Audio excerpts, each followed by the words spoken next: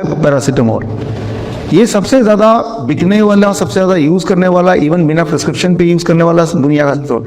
Paracetamol पे जितने सारे ट्रायल है वो आपकी आंखों के सामने मैंने सारे इकट्ठे कर दिए और सारे ट्रायल मिलके कंक्लूड करते हैं कि जो लोग पैरासिटामोल लेते हैं उनकी वो बीमारी और ज्यादा लंबी चलती है।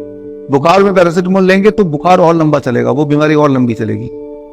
कोई भी ट्रायल ये नहीं कहता कि पैरासिटामोल लेने से कोई भी तरह से इंसान को फायदा है, रिलीफ मिलेगा at the cost of making you more sick. ये सारे ट्रायल है दुनिया में। अगर पैरासिटामोल ना होती, ये सारे ट्रायल है, तो दुनिया में जो लिवर फेलियर के केसेस आधे रह जाते। 50% liver failure is because of paracetamol, one medicine only.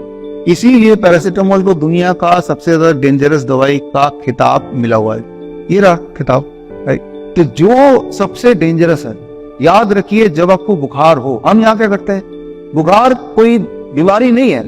बुखार जब आपके बॉडी का टेम्परेचर ज्यादा होता है, उस वक्त जो वायरस एंड बैक्टीरिया है वो इनएफेक्टिव हो जाते हैं। Virus bacteria they can not multiply, right. जिस तरह से अगर कोई हाथी है, कोई बहुत बड़ा जानवर है, वो कितना ही बड़ा जानवर हो, अगर उसके नाक बंद कर दो, क्या वो जिंदा रह पाएगा?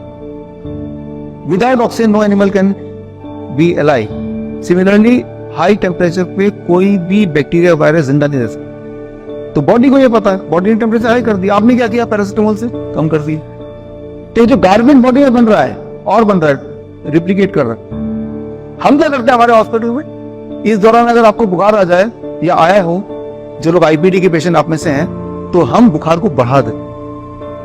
क्योंकि हम कैसे बुखार को बढ़ाते हैं कि ऐसे पेशेंट को, जैसे आप बैठे हैं, बाल्टी में 42 degree Celsius, remember the number, 42 degree Celsius पानी, बाल्टी, वो उतना गर्म पानी लेके उनके सामने बाल्टी, और जैसे आप बैठे हैं, दोनों पैर बकेट के अंदर।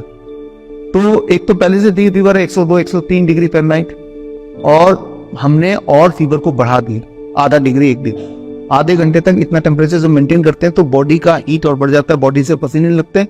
आधे घंटे के बाद जब बकेट हटाते हैं, उसके 15-20 मिनट बाद जो टेम्परेचर था एकदम ड्रॉप करता है, नॉर्मल हो जाता है, पेशेंट फिट हो गया।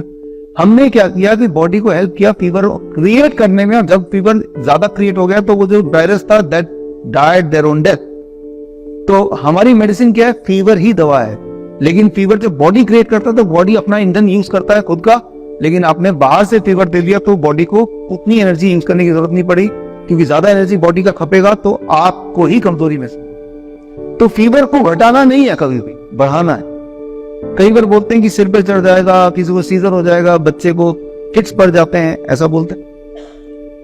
ये देखा गया है कि पैरासिटामोल से अगर फीवर कम करेंगे तब भी जिसको फिट्स पड़ना पड़ेगा ही पड़ेगा, ये कंक्लूड किया। तो फिट्स से बच नहीं सकते, और फिट्स देखने में भयानक लगता है, लेकिन वो 2-4 सेकंड की बात होती है, वो रिवाइव हो ही जाता है, ऐसी कोई गड़बड़ बात नहीं है।